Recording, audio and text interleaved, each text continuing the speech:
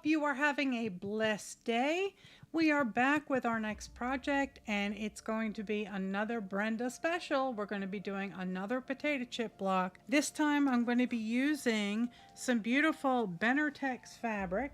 This was a jelly roll. On Brenda's Facebook group, I saw someone post, I think it was Brenda's Conquering Mount Scrapmore Facebook group. I saw that someone had posted a beautiful potato chip block that was made out of pinks and I think pale greens, and it was just beautiful. The fabric that we're using is from Benartex, and it is by Kelly Ray Roberts, and it's called Soul Shine and Daydreams. And this is the layer cake. I actually bought the layer cake and a jelly roll. So that is it. We're not using the layer cake today. I'm going for a black and white center. So the first two pieces would be black and white, and I'm not going for stark white. I'm going for a soft white. So I have some more of this Riley Blake Hush Hush layer cake. Whew, it's very dusty. As you recall, this fabric is actually oversized, so I had to trim off all the pinked edges. This is all straight cut. I cut it myself. The Soul Shine layer cake was, the tips of the peaks were actually 2.5, so you don't trim it. And I'm also going to be using a selection of solids, some beautiful solids in bright vivid colors, and I'm going to be making kind of a ring. I'm going to be going with a black and off-white center, and then I'm going to be doing a bright vivid ring around the center, and then the outside of the blocks will be the Soul Shine fabrics in a random order. Okay, I am going to be chain piecing this. We are using my Singer featherweight. This is my Centennial featherweight, and I absolutely love this machine. It sews like a dream. It's just wonderful, and all the decals look nice. I have some exciting news. On Friday, I am driving 2.5 hours to Tennessee to pick up my Singer 301. I found one on eBay, and I was able to work out a deal where I got a very good price on it. It was serviced and cleaned by a dealer. These people work on sewing machines all the time, so it's in beautiful condition. And I was able to work out a deal where I traded one of my other featherweights for it. So I'm driving to Tennessee to pick that up. So you will be seeing that in a video coming soon. So today we're going to be doing some chain piecing. I have a 1/4 inch foot on here that has a guide, which is absolutely lovely, and I can tell by the tape that it's actually accurate. So I'm going to be chain piecing these. I'm going to be doing 20 blocks. So it's going to be 4x5. They end up to be, I believe, 12.5 inch blocks. It's been a while. My brain is not functioning, and I don't do math. You know that. I will insert a math clip here. So I am just going to be taking some random black and whites and running them through until I have 20 of them. And I'm starting with a leader and an ender.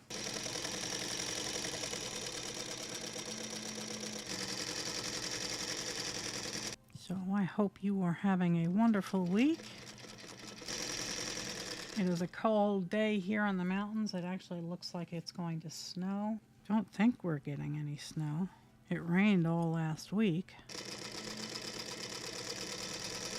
And speaking of rain, there's some umbrellas. The Singer 301 actually comes in a beautiful maple table too, so I'll be moving things around. So I don't think it's necessary for you to watch me chain stitch all of these. I'll come back when I have them all done, and we'll go on from there. I have gotten all of these chain stitched. I'll show you this handy dandy little tool that I picked up on the Amazons. So it is a little holder for a rotary blade. So you take your used rotary blades and you put it in this thing, and you have 1, 2, 3, you have 4, you have 5 different spots on it that you can use. And if you're really frugal like I am, you can actually rotate it a wee bit and get some more use out of it.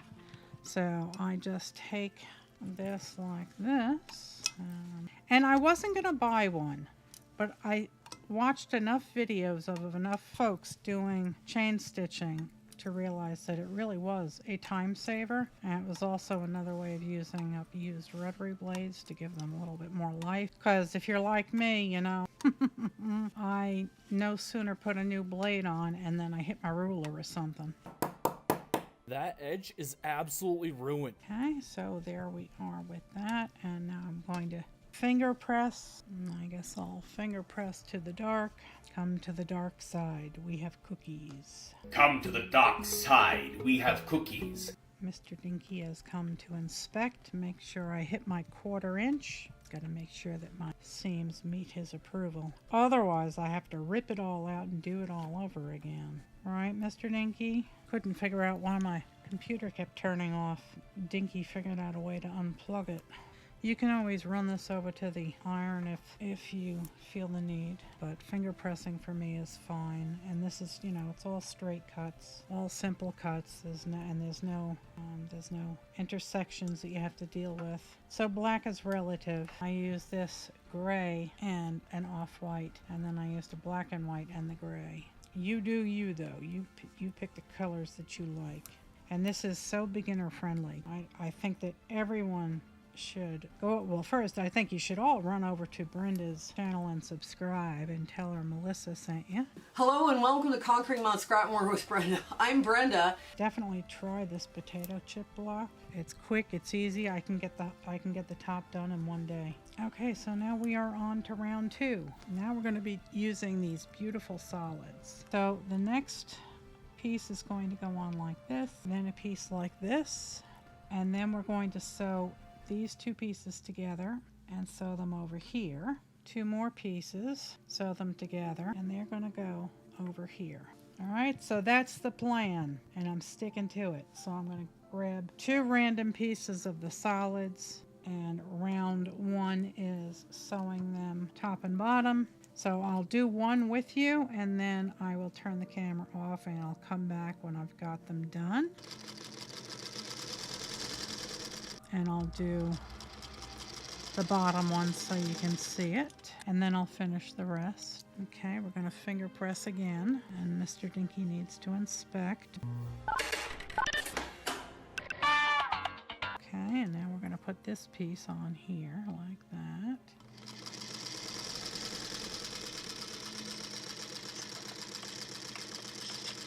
So that's what we're doing. The next step is to take your solid colors or your next round and sew them together. They'll be sewn together like that, and they'll go down this side, and on this side I'm going to sew up the pairs of these first, and then I'll sew them onto the block. This, again, if I didn't mention it before, these are 2.5 inch by 4.5 inch fabric. You can use jelly rolls. It's perfect for jelly rolls, and it's not difficult to cut them yourself. It's pretty easy to cut 2.5 inch strips of fabric. Sew your pairs together, and when you're done, you should have a total of 40 pairs. So there's one on each side of the block, and then we can sew them onto our blocks, and I'll be back when I have that done. I have all of the side pieces done, so now it's just a simple task of sewing these together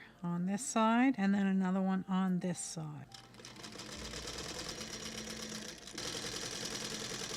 Okay, that's the first half. That's the way this round will go. We are back with the solid color round. I'm going to start in this orientation. We will be sewing 2 of these together, and they will go here like a so, and then we will do the same thing on the bottom, and then the last piece will be 3 pieces here. Don't you just love that fabric? That is so nice. So those will go there, and I think they're going to look wonderful. Okay, we got all of those done. These are going to go up here and down at the bottom. I'll sew one up.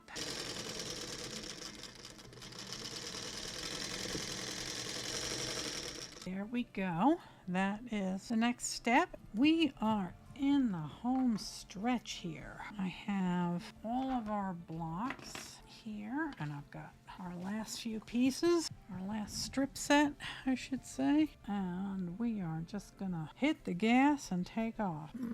My things are a little bit oversized. I was trying to cut quickly, and I'm not gonna worry about it because it'll be buried in the seam allowance where I can trim it out later, and just ignore the fact that it's a little bit too long. Line it up with everything else and sew. Don't worry about it.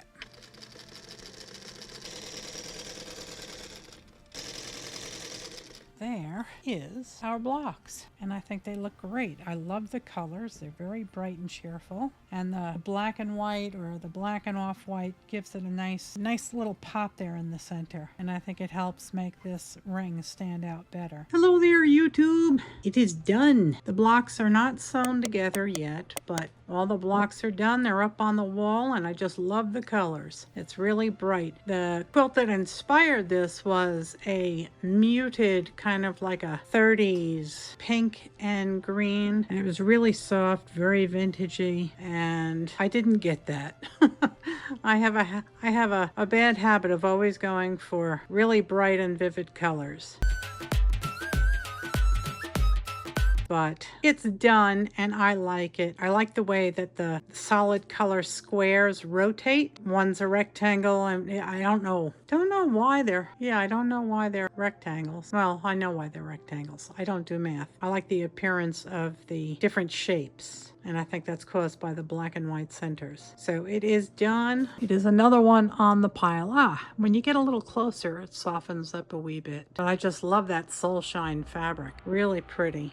I love the potato chip block. I love Brenda. Go give her some love over Conquering Mount Scrapmore with Brenda. Hi, I'm Brenda. No, I'm Melissa, but go say hi to Brenda and tell her I said hello. That is the end of this one. It was a short project, just only took me maybe 7 hours to do the whole thing. It doesn't take that long to put these out. They're made for chain stitching. They're made for fast sewing. You need a quilt quickly. This is the one you should go with. You can use any different type of fabrics. You know, I've done all sorts of fabrics with this, and I love exploring with this one. I was thinking of just doing more of a scrappy and then use the solids as kind of string pieced diamonds in here. So maybe we'll try that next time. I have tons and tons and tons of scrap fabric that I want to start burning through. I'd like to ask that you all please like the video. Give me some love by subscribing. It turns out that 92% of my viewers are not subscribed, and it kind of hits you right here.